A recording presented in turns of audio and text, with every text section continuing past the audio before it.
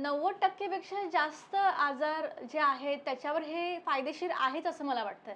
सगळे A to Z डिसऑर्डर्सवर acupuncture काम करतं. मॅडमनी जसं सांगितलं, पेन आणि पॅरालिसिस हे आमच्याकडे 60-70% आहे. परंतु acidity, allergy, IBS irritable bowel syndrome, multiple sclerosis ज्याच्यामध्ये हातपाय कमजोर होतात, लघवीचा कंट्रोल जातो, त्याच्यानंतर पॅरालिसिसचे केसेस अर्ध्या साईडला दोन्ही पाय ऍक्सिडेंटने जातात, ऍक्सिडेंटमध्ये मानेला मार बसला तर दोन्ही हात दोन्ही पाय जातात.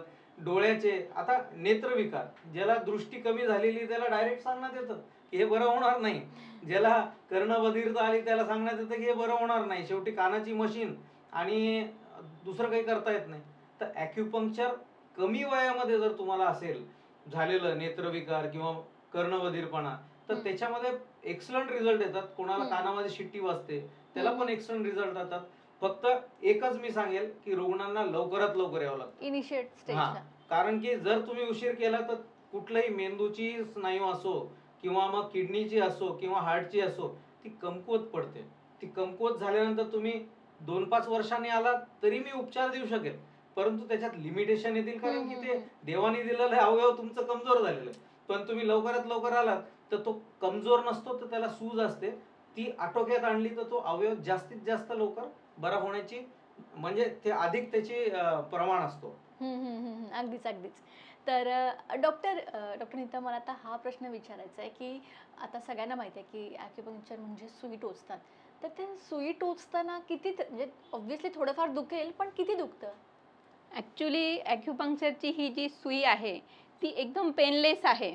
मी तर ॲक्युपंक्चरचा हा एकच साईड इफेक्ट मानते की सगळे लोक ॲक्युपंक्चर म्हटल्यानंतर थोडंसं घाबरतात, ती निडल ऐकूनच घाबरतात, पण खरंच ही ट्रीटमेंट एकदम पेनलेस आहे.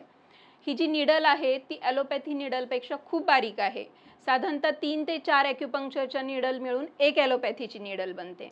आणि ॲलोपॅथीची जी निडल आहे त्याच्यामध्ये एक होल असतं आणि जेव्हा तुम्ही ती प्रिक करता तर ती आतल्या मांसपेशींना ब्रेक करून मध्ये जाते, परंतु ॲक्युपंक्चरची निडल ही खूप सॉफ्टली मध्ये जाते. फक्त यामध्ये मी एक सांगेन की ॲक्युपंक्चर करताना तुम्ही ॲक्युपंक्चरिस्ट हा एक्सपिरियन्स्ड निवडला पाहिजे, कारण ॲक्युपंक्चर करणं ही एक स्किल आहे. ॲक्युपंक्चरिस्ट टू ॲक्युपंक्चरिस्ट हे जे रिझल्ट्स आहेत ते चेंज होत राहतात, त्यामुळे केव्हाही ॲक्युपंक्चरला जाल तर योग्य ॲक्युपंक्चरिस्ट निवडूनच तुम्ही ती ट्रीटमेंट घ्या. सो ही ॲक्युपंक्चरची निडल आहे. Take a long breath. Very good. पहा, काही पेन झालंय? अच्छा, इथेच आहे का ती निडल? येस. करू शकता तुम्ही, करू शकता, काही दुखत नाही. Okay okay, done. Nice nice. मला वाटलं काहीतरी म्हणजे लाईक इंजेक्शन मला पेन होईल, पण खरंच मला नाही झालं ना काहीच पेन? नाही झालं, काहीच नाही. म्हणजे मी प्रिपेअर होते की जरी पेन झालं तरी मी बेअर करणार, दाखवणार नाही. ठीक आहे. पण मॅडम ज्या साईड इफेक्ट म्हणत होत्या ब्लड ग्लुकोज, ऍक्च्युअल तो इफेक्ट आहे. हो. डायबिटीजच्या लोकांमध्ये जर ब्लड शुगर कमी झाली तर आम्ही उपचार करून, तर तो नॅचरल कंट्रोलच आहे ना. तर त्याच्यामुळं तो साईड इफेक्ट नव्हे तर इफेक्ट आहे.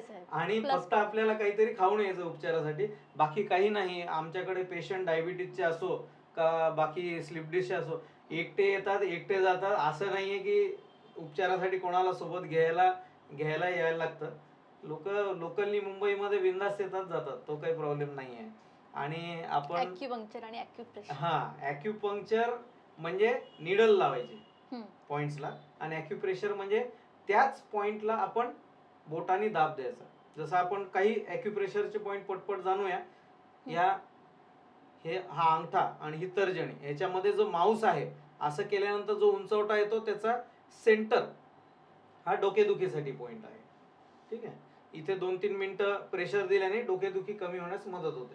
तसंच इथे 3 बोट खाली इथे एक पॉइंट आहे, तर त्याच्याने मळमळ उलटी कमी व्हायला मदत होते. इथून 3 बोट खाली. तर हे एवढं जास्त आता ह्याचं म्हणजे जी मलेशियन एअरलाईन किंवा हे आहेत त्याच्यामध्ये एक बेल्ट दिला जातो की तिथं तो बेल्ट लावला तर अगदी त्या पॉइंट वरती मॅग्नेट येतो आणि त्याला प्रेशर देतात. कारण की आपण पाहतो फ्लाईटमध्ये बऱ्याच लोकांना उलटी होते, तर त्याच्यामध्ये एक बॅग ठेवलेली असते की तुम्हाला वॉमिटिंग आली तर this is the bag where you should vomit, मग त्याच्यात तुम्ही टिव, पण त्याच्यापेक्षा झालीच नाही तर बरी आहे ना, हा. तर त्यासाठी तो बँडेज देतात जे आपले ईस्टर्न कंट्रीज आहेत त्याच्यामध्ये. तर एवढं प्रगत आहे सायन्स की बऱ्याच लोकांना माहिती आहे एशियन ऑलिम्पिक्स मध्ये पण ॲक्युपंक्चर ॲक्युप्रेशर वापरलं जातं. ॲक्युपंक्चर मध्ये निडल लावतात, तर ॲक्युपंक्चर केव्हा घ्यायचं आणि ॲक्युप्रेशर केव्हा घ्यायचं? ज्या वेळेला तुम्हाला आजार जास्त आहे, स्लिप डिस्क आहे, गुडघा खूप दुखतोय, तर त्यावेळेला डॉक्टरला भेटायला लागतं आधी, जसं ॲक्युपंक्चरिस्टला, आणि ते दुखणं आधी कमी करून घ्यायला पाहिजे. नंतर मग तुम्ही योगा प्राणायाम प्रमाणेच ॲक्युप्रेशर, तर त्याला तुम्ही मेंटेनन्स करू शकता. म्हणजे ॲक्युप्रेशर हे फर्स्ट एड सारखं आहे. आयदर तुमचा आजार एकदम प्राथमिक आहे तर त्यावेळेला वापरा, पण आजार जास्त असेल तर ॲक्युपंक्चर. तर ॲक्युप्रेशर हे ॲक्युपंक्चरच्या पहिले भी ॲक्युपंक्चर के बाद भी. ओके.